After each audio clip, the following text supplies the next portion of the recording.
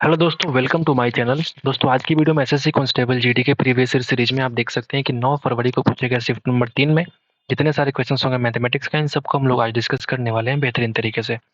आइए शुरुआत करते हैं, चलते हैं सीधे मैथ्स के सवालों की तरफ।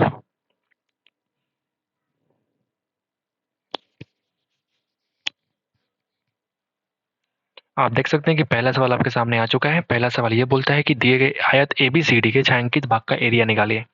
अगर मुझे एरिया निकालना है इस वाले पार्ट का जो छायांकित है, जो शेडेड रीजन है, उसका मुझे निकालने के लिए मुझे बाहर वाले रेक्टेंगल में से अंदर वाले रेक्टेंगल को माइनस करना पड़ेगा, उसका एरिया।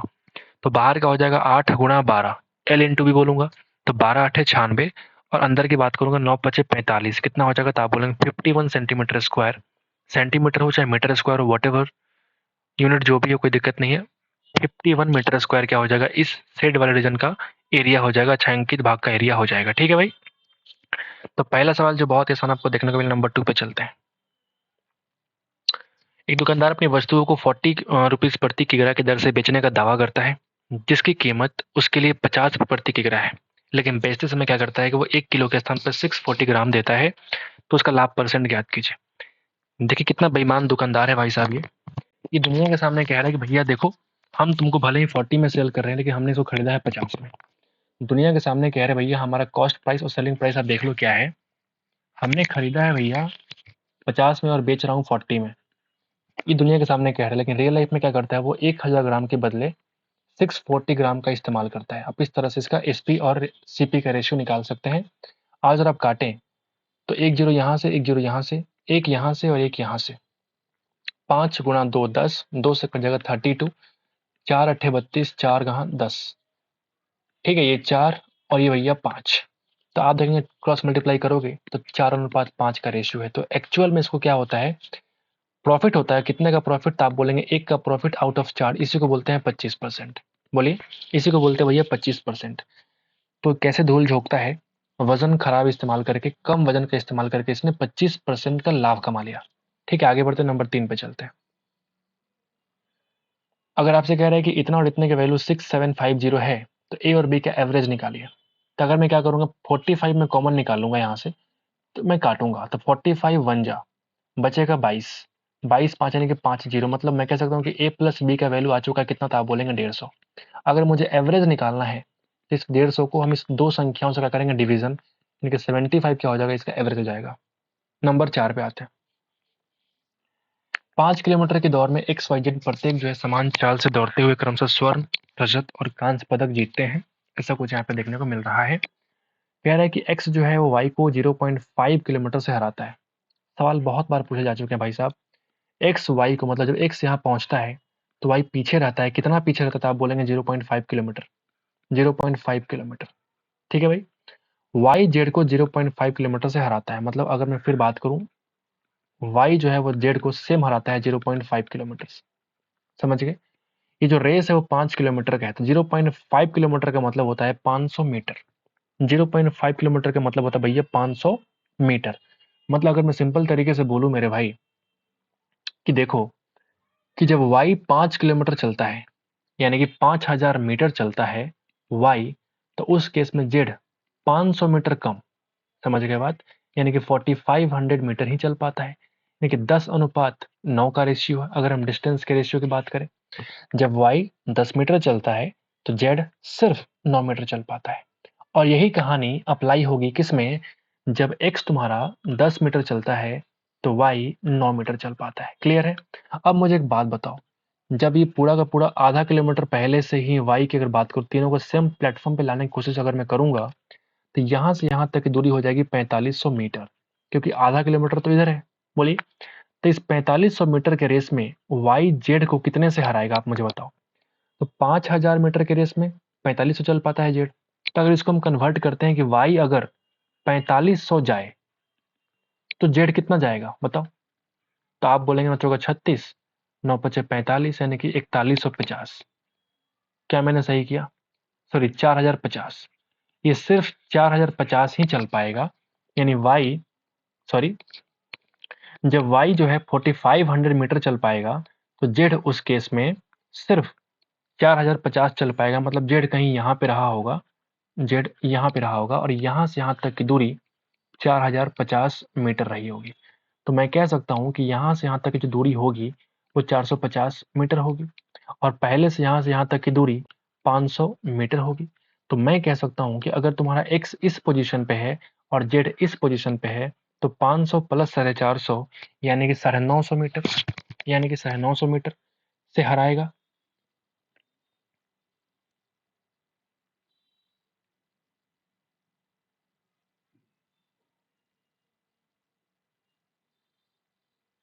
ठीक है, मतलब मैं कह सकता हूँ कि x जो है वो z को 950 मीटर से हराएगा। मतलब मैं कह सकता हूँ कि x जो है वो z को 950 मीटर से हराएगा। समझ गए बात को? कैसे रेशियो से हम लोगों ने फटाफट कर लिया।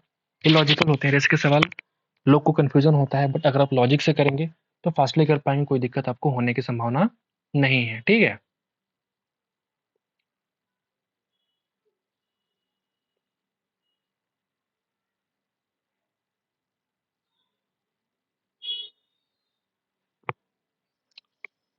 समझ गए बात? तो आगे बढ़ते हैं, सवाल आपका इंपॉर्टेंट होगा, आप इसको मार्क कर सकते हैं, वेरी इंपॉर्टेंट। ठीक है, आगे बढ़ते हैं, नंबर 5 पे आते हैं। सोमराज जो है ना, 1 मिनट होल्ड करना यार। हाँ ठीक है। हाँ, सोमराज क्या करता है कि 11,550 रुपए की राशि 10% की वार्षिक ब्याज दर पर उधार लेता है। ठीक है भाई, जिसमें ब्याज जो है वार्षिक रूप से चक्रवृद्धि किया जाता है। उसने पूरी राशि 2 बराबर वार्षिक किस्तों में चुका दी। प्रत्येक किस्त का मूल्य क्या होगा? अगर 10% का रेट है तो मैं कह सकता हूँ कि 10 की वैल्यू 11 बन जाएगी 1 साल में। अगर 2 किस्त की बात कर रहा है तो 10 का स्क्वायर यानी कि 100 की वैल्यू 121 बन जाएगा। ये वाला किस्त मुझे इक्वल चाहिए, मतलब यहाँ मुझे 11 से गुणा, यहाँ मुझे 11 से गुणा। ये वैल्यू आएगा 110, ये वैल्यू आएगा भैया 100। इन दोनों का सम हो जाएगा 210। मैं ऐसा क्यों कर रहा हूँ भाई?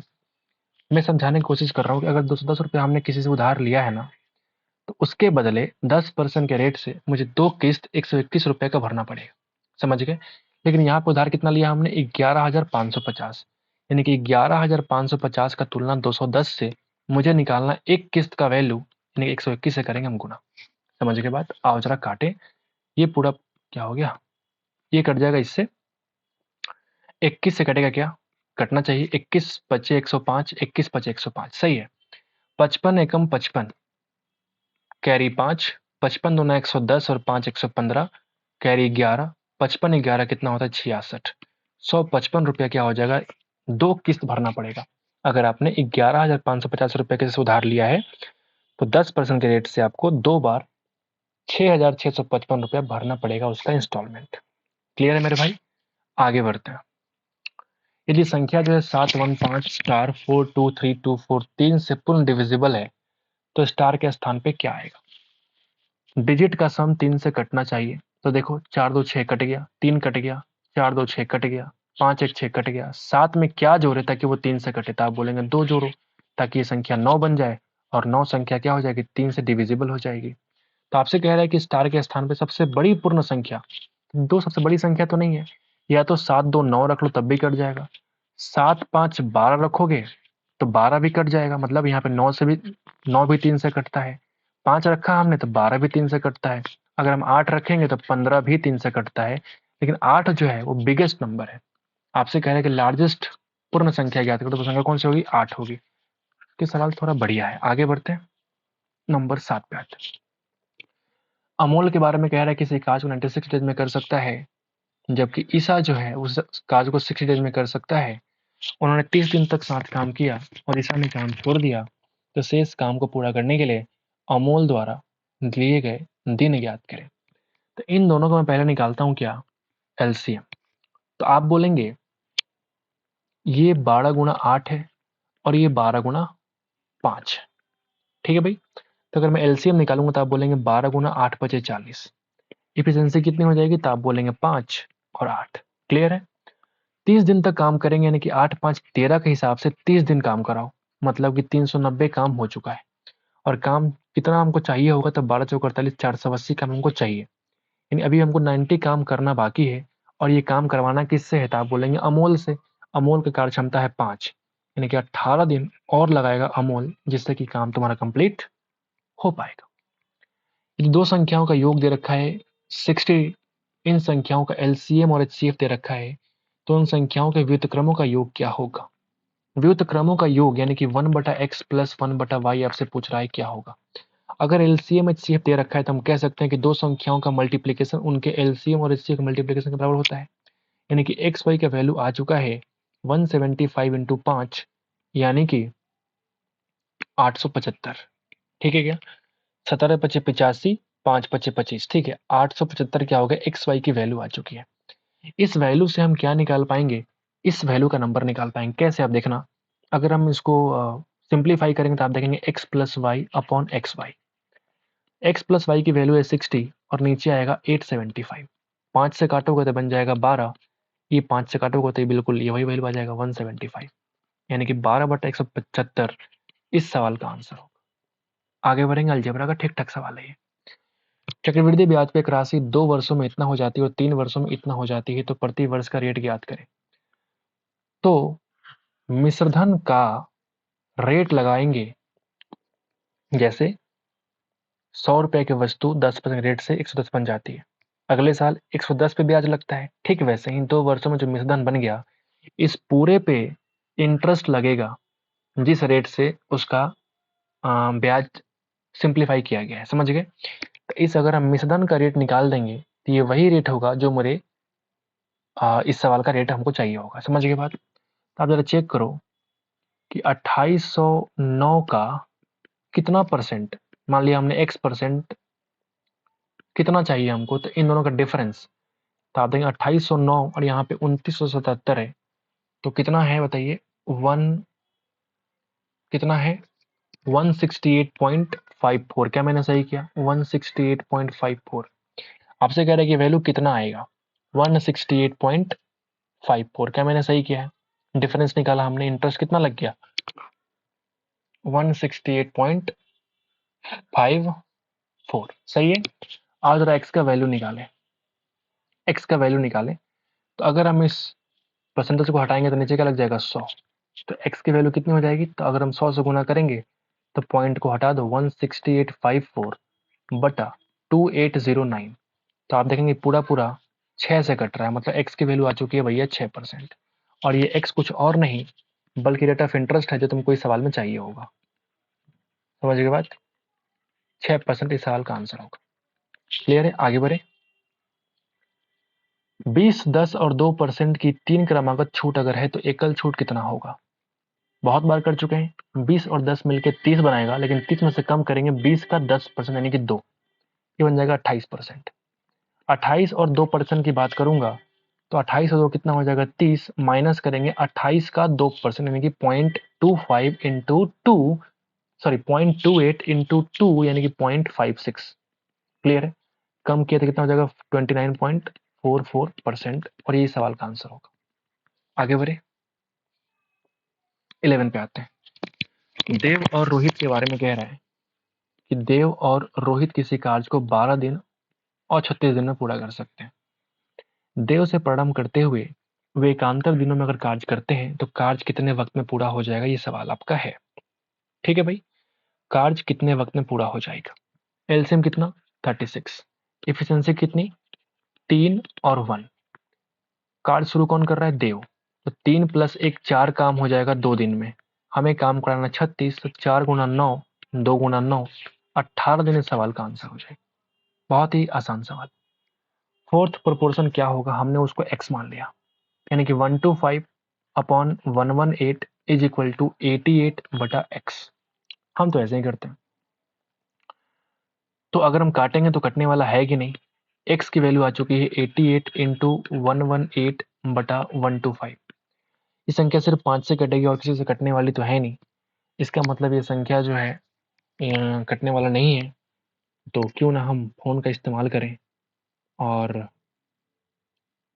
ठीक है, तो आप देखिए इधर 88 इंटू 118 डिवाइड किया 125, तो ये वैल्यू आ चुका है 83.07, और यही सवाल का आंसर होगा। x की वैल्यू आ चुकी है, मतलब फोर्थ प्रोपोर्शन आपका आ चुका है। ठीक है, 4th प्रोपोर्शन आपका आ चुका है। 4 वर्ष पूर्व, ठीक है, 4 मेंबर्स का एक परिवार है जिसका एवरेज वेट कितना है, एवरेज आयु कितना बोलेंगे 16 वर्ष। आज एक बच्चे का जन्म हुआ तो परिवार के 5 मेंबर का वर्तमान औसत ज्ञात कीजिए। अगर हम 4 वर्ष पूर्व की बात करें 16 है तो 16 चौका 64, लेकिन वर्तमान में क्या हो जाएगा, 4 चौका 16 साल जोड़ना पड़ेगा मुझे, यानी कि वर्तमान में उन सबका जो आयु का सम है वो कितना हो जाएगा 80 साल। 80 साल 4 लोगों का। अगर आज एक बच्चे का जन्म हुआ तो उसका कोई एज नहीं होगा, वो 0 साल का होगा, मतलब 80 साल में 5 लोग हो गए, तो आप उसका फिर से निकाल दो एवरेज, यानी कि 16 साल क्या हो जाएगा, इन सब का एवरेज वेट हो जाएगा, एवरेज ईयर हो जाएगा। आगे बढ़े। अशोक जो एक लैपटॉप 60,000 में खरीदा और 72 में सेल किया, तो आप देखेंगे 5 और 6 का रेशियो है, कितना प्रॉफिट, आप बोलेंगे 20%। आसान सवाल। 15 पे आते हैं।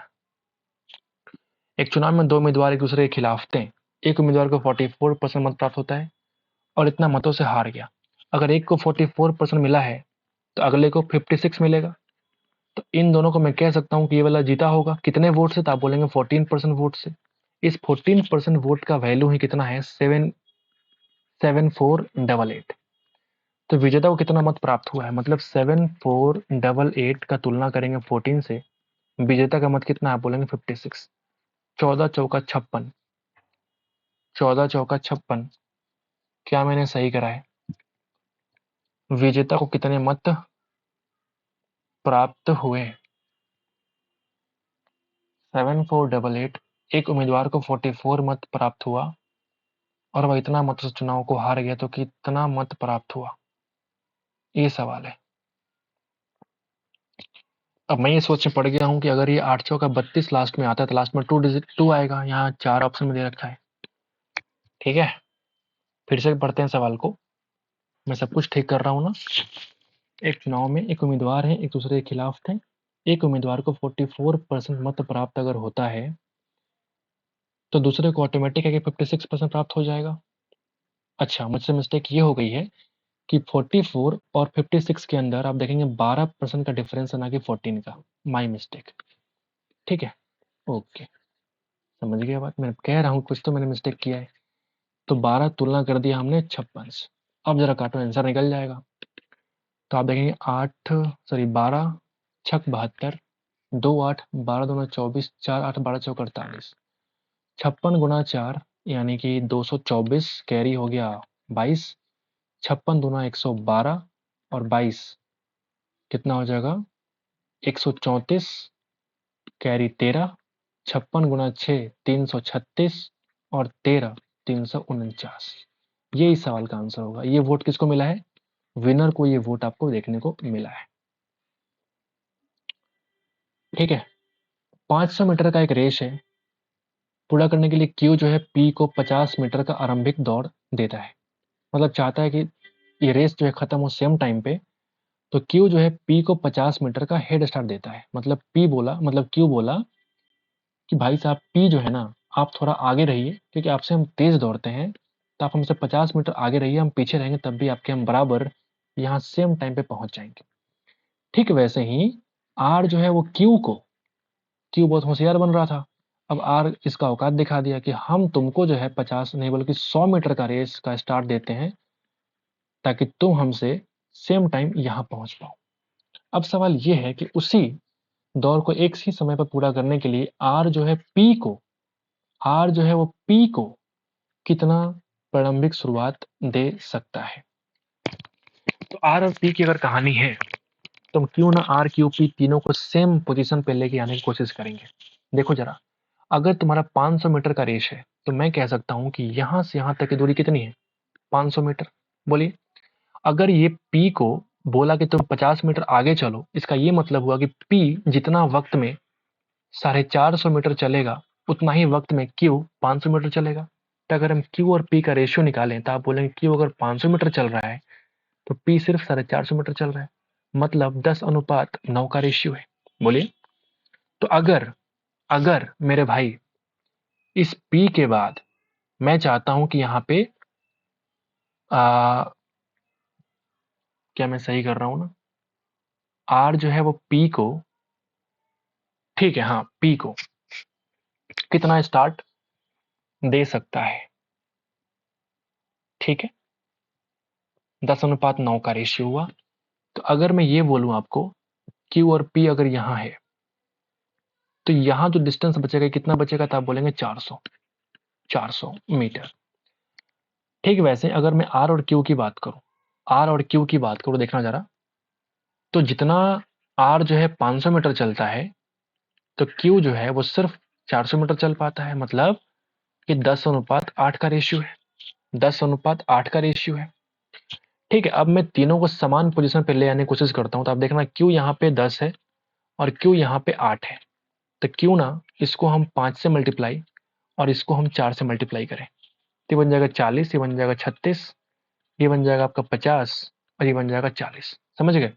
यानी अगर मैं पी क्यू आर को लिखूं, तो पी कितना आ गया 36, क्यू कितना आ गया, तो आप बोलेंगे 40, ठीक है, और आर कितना आ गया, तो आप बोलेंगे 50। अब सवाल ये है, सवाल मेरा ये है मेरे भाई, कि अगर क्यू तुम्हारा 400 मीटर चलता है, तो यहाँ मुझे पी को बिठाना है, तो पी कितना चल पाएगा। अगर मुझे क्यू को 400 ले जाना, तो क्यू को 40 के बदले हम 400 कर रहे हैं, तो एक जीरो यहाँ बिठाओ, एक जीरो यहाँ बिठाया हमने, यानी पी सिर्फ 360 चल पाएगा, यानी पी कहीं यहाँ पे होगा और वो सिर्फ 360 चल पाएगा, मतलब 40 मीटर यहाँ पे गैप रहेगा। तो मैं कह सकता हूँ पी को आर जो है ना 100 + 40 यानी 140 मीटर का हेड स्टार्ट ले सकता है। ये बहुत ही बढ़िया सवाल है, बहुत ही वेरी वेरी इंपॉर्टेंट सवाल है। इसमें रेशियो का तुलनात्मक अध्ययन जो है, या फिर जो रेस के सवाल का जो बेहतरीन इस्तेमाल हो सकता है, उसमें इस सवाल में आपको देखने को मिल रहा है। ठीक है, हम क्या करेंगे, तीनों पॉइंट को पी क्यू आर, तीनों ही लोगों को एक रेस के अंदर लाने की पूरी कोशिश करेंगे, सेम प्लेटफॉर्म पे ले आके पटक देंगे, जिससे मुझे इक्वेट करने में आसानी हो जाएगी। तो मैं कह सकता हूँ कि पी को जो है आर 140 मीटर का स्टार्ट दे सकता है, जिससे कि जो रेस हो सेम टाइम पे खत्म। समझ के बाद आगे बढ़ते हैं। 3 संख्याओं का योग दे रखा है 135। पहली संख्या दूसरी संख्या का अनुपात कितना है, 4:5। दूसरी और तीसरी का अनुपात दे रखा है भैया 5:। अरे भाई कुछ है ही नहीं सवाल। तो पहली संख्या कितनी होगी, तीनों का सम दे रखा है 5 4 9 6 15, गुणा कर लो 4 से, 15 × 9 9 चौका 36 सवाल का आंसर होगा। बहुत ही घटिया सवाल। 1 मिनट होल्ड करना, आगे बढ़ते हैं। एक नई कार की लागत है 1/28 पे 1 2 3 4। पहले वर्ष में इसकी कीमत 25% से कम हो जाती है, तो वर्ष में इसका मूल्य ज्ञात करें। यानी कि अब ये 75% बचेगी, 3/4 से मल्टीप्लाई कर दो, जो आंसर आएगा वो 96,000,000। आसान सवाल फिर से आपके सामने आ चुका था। 19 पे आते हैं। कंपनी किसी उत्पाद के अंकित मूल्य पर 30% का छूट देती है। खुदरा विक्रेता घटी हुई कीमत पर एक और 15% का डिस्काउंट देता है। दोनों छूट के बराबर एकल छूट निकालिए। कितनी बार निकाल चुके, 30 + 15 45 और माइनस 30 का 15% या 15 का 30%, बात तो सेम है। यानी कि 4.5 हमने कम कर दिया, यानी कि 40.5% ये तुम्हारा क्या हो जाएगा, एकल छूट हो जाएगा। आखिरी सवाल पे आते हैं। 6.3 सेंटीमीटर आंतरिक त्रिज्या वाली खोखली गोलाकार धातु के गेंद को 2 बराबर भागों में काट दिया गया। एक भाग में पानी भरा हुआ था, जबकि दूसरे भाग में खाली रखा गया था।